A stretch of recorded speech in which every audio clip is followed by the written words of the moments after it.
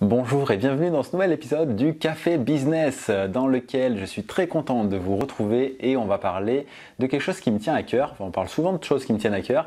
On va parler du fait que j'encourage souvent mes élèves dans mes formations et je vais vous expliquer pourquoi.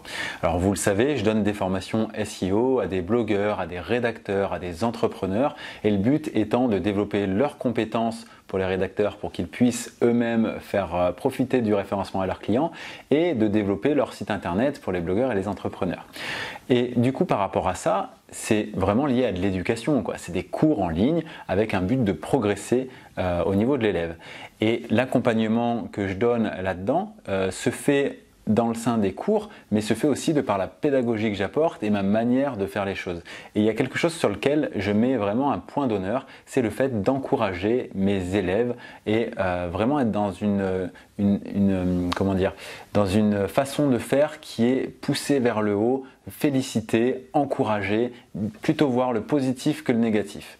Et il y a une raison à ça, et cette raison elle vient d'une étude qui a été faite dans une école, alors je ne sais pas vous retrouver l'année, l'endroit, etc.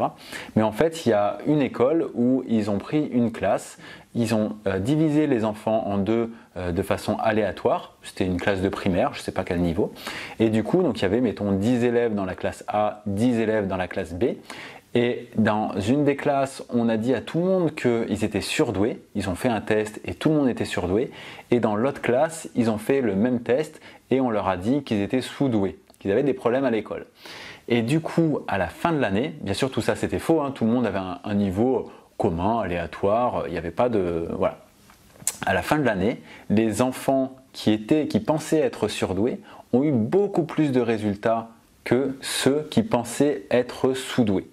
Tout simplement parce qu'ils ont eu davantage confiance en eux. Et quand on dit à quelqu'un que c'est bien ce qu'il fait, eh ben, il va plutôt avoir tendance à continuer de le faire et donc à s'améliorer, alors que si on lui dit, un exemple au hasard, t'es nul en maths, bah, il va plutôt prendre en grippe à chaque fois qu'on lui demande une addition ou n'importe quoi et il va se trouver nul et du coup il va jamais en faire et comme il y a beaucoup de choses qui rentrent par l'expérience, eh ben, il va jamais devenir bon finalement et il va donner raison au fait que quelqu'un lui aura dit qu'il n'est pas très bon. Donc finalement c'est un cercle très vicieux, tout comme l'inverse est un cercle très vertueux. C'est-à-dire que même quelqu'un qui n'est pas extrêmement bon, va devenir meilleur parce qu'on va l'encourager dans ce sens-là. Alors, le but, c'est pas de mentir, hein. Genre, j'ai jamais dit à quelqu'un dans ma formation que son travail était génial alors qu'il était merdique, je n'ai jamais dit ça. Bon, le travail merdique, ça arrive très rarement quand même, mais quand il y a des points qui ne vont pas, je sais mettre le doigt dessus aussi, et par contre, rassurer la personne sur le fait qu'il y a également des côtés positifs et essayer de la conseiller sur peut-être ce qu'elle devrait faire par la suite. Typiquement, c'est quelque chose qui arrive au niveau de l'audit technique pour les rédacteurs web notamment, qui font un exercice corrigé sur un audit d'un site. Il y a des personnes qui n'aiment pas du tout la technique et du coup, est-ce que c'est pas un cercle vicieux qui s'entretient? Peut-être, mais moi je veux pas entretenir ce cercle vicieux, donc des fois les audits techniques sont pas terribles, donc le tout c'est qu'ils en aient conscience pour ne pas proposer ça à des clients tant que c'est pas optimisé, mais du coup il y a souvent plein de compétences qui sont acquises quand même, donc simplement on essaye de voir ensemble que c'est pas forcément une compétence, une prestation qu'il faut fournir au client tout de suite, qu'elle a encore le temps d'y revenir et qu'avec l'expérience, rien qu'en discutant sur des sites de problématiques de sites clients, etc., c'est quelque chose qui va devenir beaucoup plus naturel et qui dans le temps va faire que l'audit sur lequel il y avait encore des points de friction, des fois c'est pas forcément grand chose, mais c'est suffisant pour pas faire un audit suffisamment complet. Et moi ce que je veux c'est que les personnes qui sont formées ne fassent pas les choses à moitié, c'est qu'elles les fassent bien, mais je les encourage vraiment dans ce sens, donc elles savent les points qui sont à améliorer, mais elles savent également tout ce qu'elles font déjà bien et je les encourage vraiment, je les tire vraiment vers le haut. Et pour moi c'est vraiment ma façon de travailler et c'est la façon dont j'ai envie qu'on travaille avec moi aussi d'ailleurs. Et c'est comme ça que je progresse moi et que j'ai envie de faire progresser les autres. Et je pense que c'est beaucoup plus bienveillant que de toujours mettre le doigt sur ce qui ne va pas. Parce qu'on va pas se le cacher, hein, personne n'est parfait, il y a toujours des choses qui ne vont pas, moi le premier. Mais à quoi ça sert de mettre le doigt sur quelque chose qui ne va pas si ce n'est pas pour apporter une piste d'amélioration? Donc si c'est le cas, c'est très bien.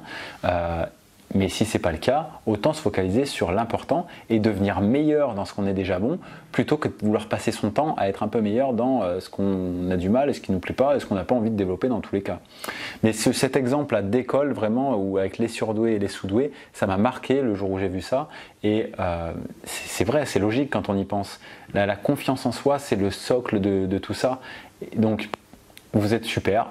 Vous allez arriver dans tout ce que vous faites si vous y mettez du cœur, de la passion, et c'est pour ça aussi que c'est beaucoup plus simple de faire quelque chose dans lequel on est passionné, parce qu'on va travailler naturellement beaucoup plus dessus sans avoir même l'impression de travailler, on va réussir beaucoup plus simplement, et c'est quand même assez dingue qu'il y ait des gens qui cravachent, qui bossent énormément et qui n'ont pas de résultats, et à l'inverse, il y a des gens, on a l'impression qu'ils foutent rien, et tout est facile pour eux. C'est pas tant qu'on n'est pas tous égaux à mon avis, c'est surtout qu'il y en a qui ont trouvé, il y a certaines personnes qui ont trouvé vraiment l'élément dans lequel ils sont naturellement bons et du coup ils vont faire des efforts, mais pas des efforts surhumains et du coup ils vont s'améliorer, etc.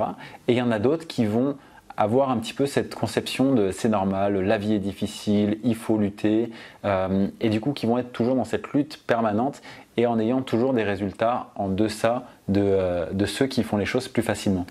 Et c'est pas facile de sortir de ça, je pense, quand on est dans un des deux camps, parce qu'on s'en rend pas compte. C'est toujours plus difficile quand c'est pour soi que quand on voit quelqu'un d'autre dans cette situation et qu'on se dit « Ah, mais il devrait faire les choses un peu différemment, ce serait tellement plus facile pour lui ». C'est quand même plus facile quand on est dehors que quand on est à l'intérieur de soi pour voir ça, c'est sûr. Mais justement, peut-être que cet épisode va permettre de vous rendre compte de certaines choses dans lesquelles vous luttez, c'est difficile et en même temps, c'est pas ce que vous avez réellement envie.